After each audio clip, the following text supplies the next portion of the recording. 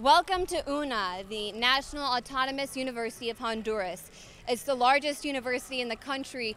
Currently about 80,000 students are enrolled here, but today none of them are in class.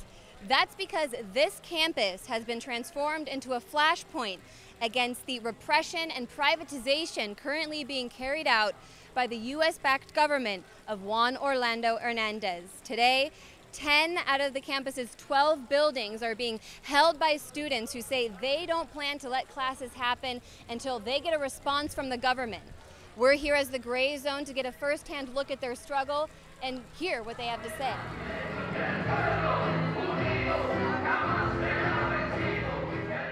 Teachers and medical workers in Honduras initiated a national strike in April after the ruling right-wing party of Juan Orlando Hernandez approved a plan to further privatize education and healthcare in the country. Since then, students at UNAH have held demonstrations on campus and formed an assembly to represent their interests. On June 24th, the assembly voted to seize school buildings and implement a strike until their demands are heard. ¿Puede explicar qué está haciendo aquí hoy? Bueno, el día de hoy la Facultad de Ciencias de la Salud, ¿verdad?, de las áreas médicas, seguimos en una toma indefinida, ¿verdad?, un acuerdo que llegamos con las asambleas de estudiantes el mismo día que se dio el incidente de que las fuerzas militares entraron y respetaron la autonomía de la universidad, ¿verdad? Estamos sometidos a un régimen donde no tenemos educación ni salud pública. Como hondureños, como estudiantes, queremos un cambio en el país, ya que un 67% de la población hondureña vive en extrema pobreza, ¿verdad? Personas que no pueden pagar una consulta médica, no pueden tener una educación totalmente gratuita. Entonces, aquí lo que queremos es un cambio total, un cambio donde el beneficiado sea el pobre y no el rico, ¿verdad? Entonces, aquí en la universidad venimos los que somos pobres, ¿verdad? Y no podemos pagar una educación privada. We actually are going to get a chance to go inside this building the students have blocked off. ¿Y cómo los estudiantes aquí han sido impactados por las decisiones de Ho? Bueno, el impacto más que todo es en la privatización de la salud con los hospitales públicos. Sus servicios sociales están quitando sus espacios académicos en los hospitales públicos. Y estos hospitales públicos están pasando para estudiantes de universidades privadas. You can see on this notice that's been posted on the building, the students say as an assembly they decided to take it over on June 24th and that it's taken indefinitely until their demands are met. So what exactly are their demands? They've listed them here on the building as well. They're saying that they want more spaces in these health programs, but also that they want to be paid for their work. Because I just spoke with one student who didn't want to appear on camera, but she talked about how many students in the health sector, after they finish their studies and are doing a year or so of practice, usually they'd get paid, but for 1 year now they've been working without salaries. That basically means they're doing free work for the community. They're providing medical attention to people in Tegucigalpa, but they're not being paid. Están haciendo disparos. In response to the student occupation, military police answering to President Juan Orlando Hernandez entered the UNAH campus in direct violation of its nominal autonomy. The troops then shot several students in a scandal that highlighted the brutal repression of the US-backed government. We saw how the police officers came in and started shooting students, and they shot 8 of them. And fortunately, no one died, correct? No one died, but some of them are still in the hospital. But this is not the first time. They had done that before in 2016 and 2017, where they even captured students back then, 24 students a day like today, 2 years ago. This is another building which students have taken over. It's the microbiology and biology building. You can see they've plastered it with a banner which reads, "We return. Revolution. It is not violence. It is a mobilization of consciousness."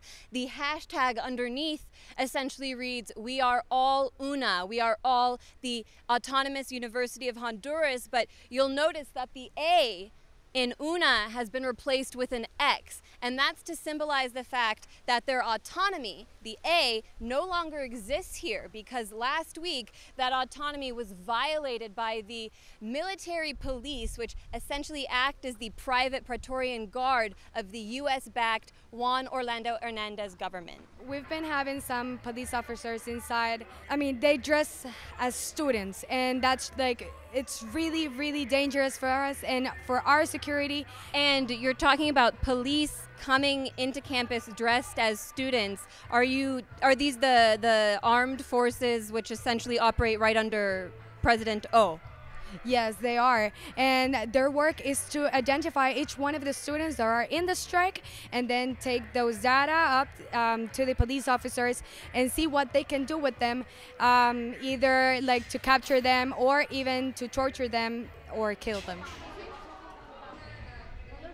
This building is the perfect symbol of the inequality faced by students here. It's a gleaming monolith which stands in stark contrast to the other buildings on this campus, and that's because it houses the Hernandez government allied university administration, which is currently debating whether or not to cancel classes for this entire trimester in response to the student strike. You can see students actually broke windows in protest of the administration over recent weeks. And to give you an idea of how they feel about it, they even refer to this towering building as the Tower of Sauron, a reference to the villain in The Lord of the Rings. ¿Qué es la tensión entre ahora los estudiantes y específicamente la administración?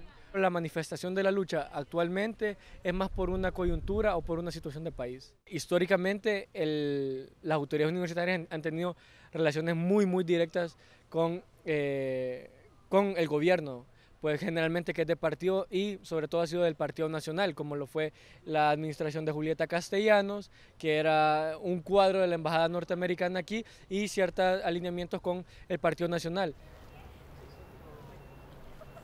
You likely recognize the image of Berta Cáceres, the world-renowned environmental activist who traveled the globe training people on how to resist the private takeover of their land. She was killed in 2016 by paramilitaries with connections to the Juan Orlando Hernandez government.